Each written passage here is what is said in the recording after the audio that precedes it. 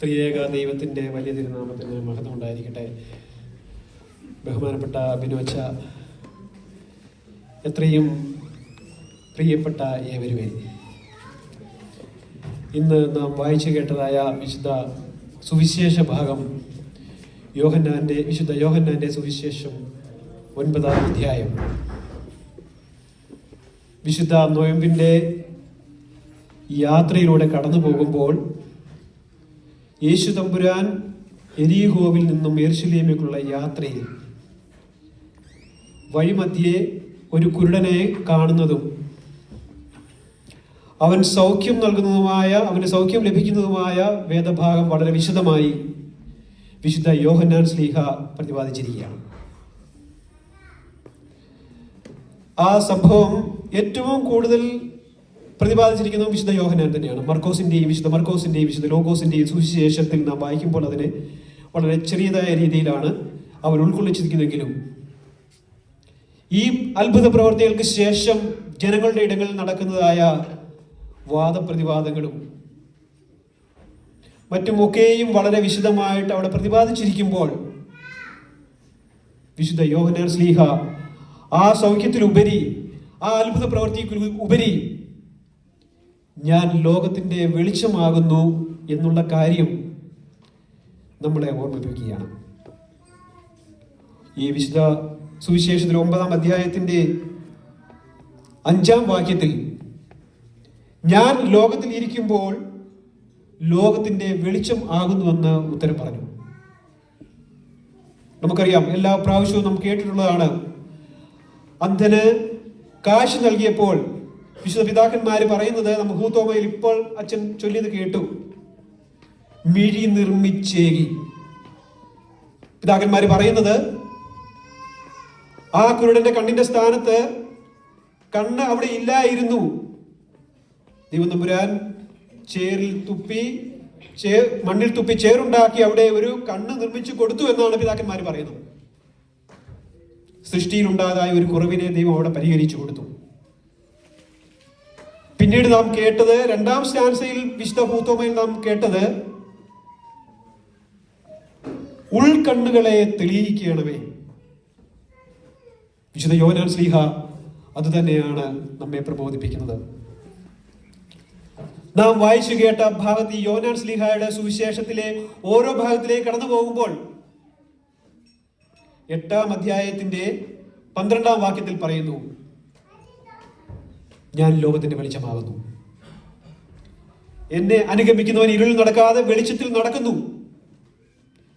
അതേ കാര്യം തന്നെ വീണ്ടും 1-ാം അധ്യായത്തിന്റെ 9-ാം വാക്യത്തിൽ, ഏതു മനുഷ്യനെയും പ്രകാശിപ്പിക്കുന്ന സത്യവെളിച്ചം ലോകത്തിലേക്ക് വന്നുകൊണ്ടിരുന്നു. ആരായിരുന്നു സത്യവെളിച്ചം?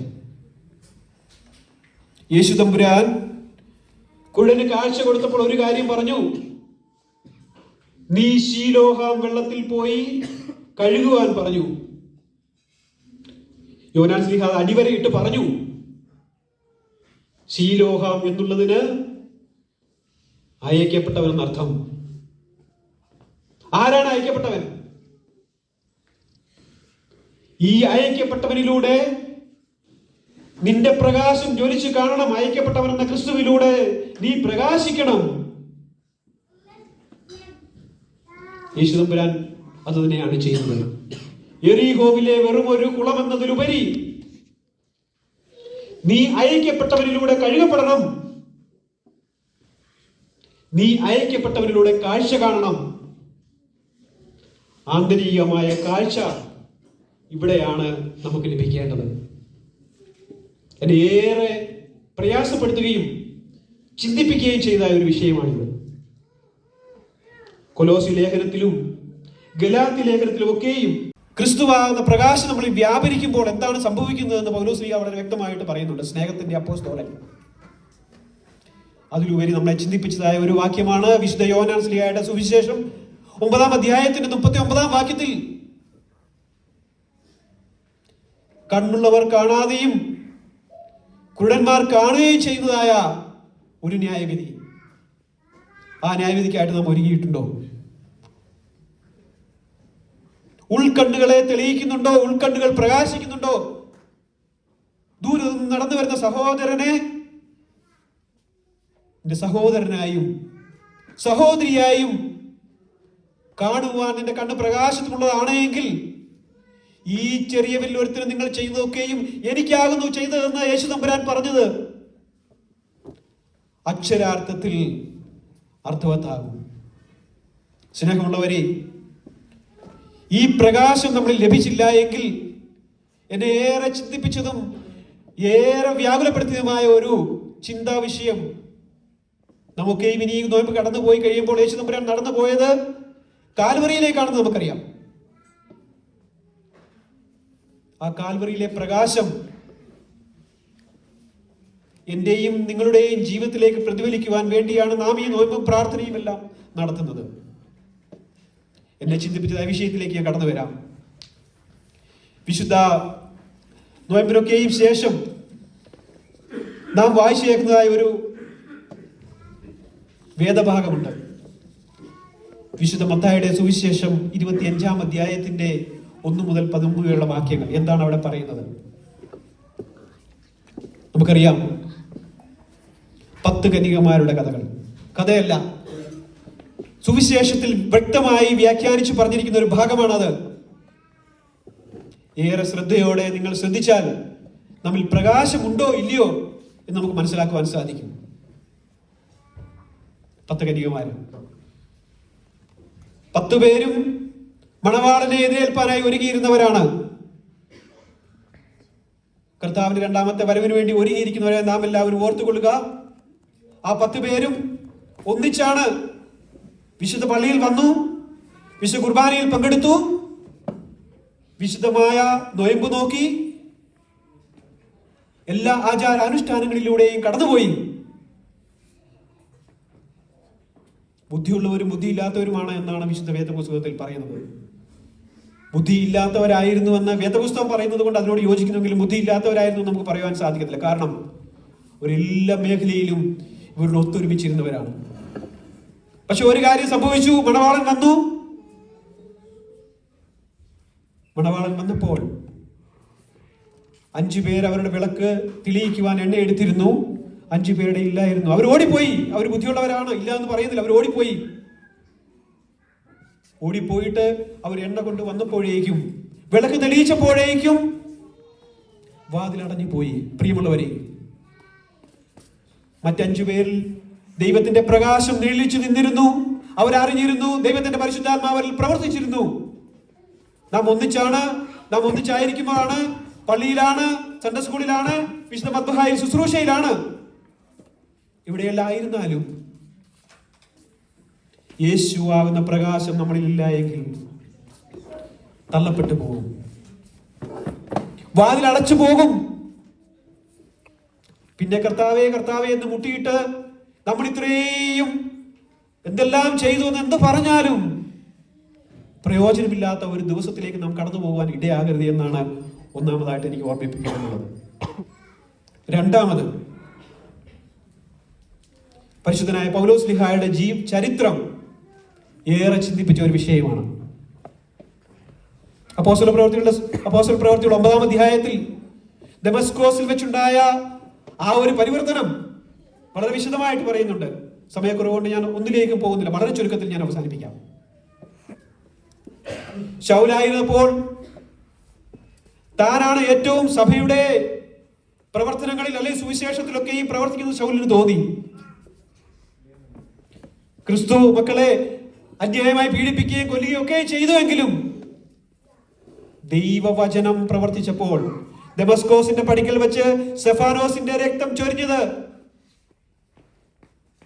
പൗലോസിന്റെ ജീവിതത്തിൽ വഴിത്തിരിവായി. അനന്യാസിന്റെ അടുത്ത് പോകും. നമുക്കറിയാം, 3 ദിവസം കണ്ണു കാണാതെയും ഭക്ഷണം കഴിക്കാതെയും ഇരുന്നവൻ അനന്യാസ് അവന് വേണ്ടി പ്രാർത്ഥിച്ചു. കണ്ണിൽ നിന്ന് ചെതമ്പൽ പോലെ താഴേക്ക് വീണു. അന്നു മുതൽ ശൗൽ പൗലോസായി പ്രകാശം ലഭിച്ചവനായി മാറി. പിന്നെ പിടിച്ചെടുത്ത് കിട്ടിയില്ല, നിന്നില്ല. ഓടി നടന്ന് സുവിശേഷം പ്രസംഗിച്ചു, ഓടി നടന്ന് ദൈവവേല ചെയ്തു. ആദ്യമൊക്കെ പറഞ്ഞു, ആ വെളിച്ചത്തിന്റെ പ്രകാശം ആ ഉള്ളിലേക്ക് ഏറ്റവും ഏറ്റവും കൂടുതൽ എത്തുന്നത് വരെയും ഓരോ പരിവർത്തനങ്ങളിലൂടെ പൗലോസ്ലീഹ മാറ്റപ്പെട്ടു പോയി.